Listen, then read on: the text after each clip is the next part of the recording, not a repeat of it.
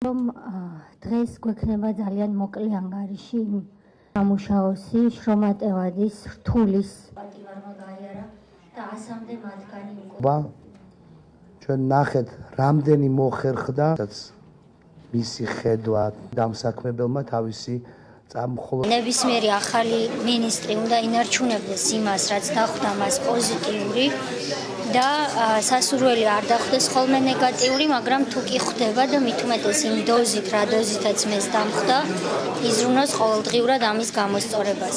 ნეგატიურის გასწორება იყო ჩემთვის ყველაზე დიდი გამოწვევა. თუნდაც აქ გულისხმობ შენობების უსაფრთხოებას, სხვადასხვა ტიპის უსამართლობების გამოსწორებას, რისი პროცესიც მომავალ წელს უნდა გაგრძელდეს. მესმის რომ ლოდინი რთულია, ამიტომაც ჩვენ მომავალი წლიდან გეგმავთ ვიმუშაოთ უვადო პატიმრების თემაზე, აქ არის საკანონმდებლო ცვლილებები განსახორციელებელი იმისთვის, რომ შვება მივცეთ იმ ადამიანებს, როგორც ამას ჩვენ მათ დავპირდით, რომ უვადო პატიმრობა საქართველოში არ იყოს ნამდვილი უვადო პატიმრობა, რადგან ამას კრძალავს ადამიანის უფლებათა ევროპული კონვენცია.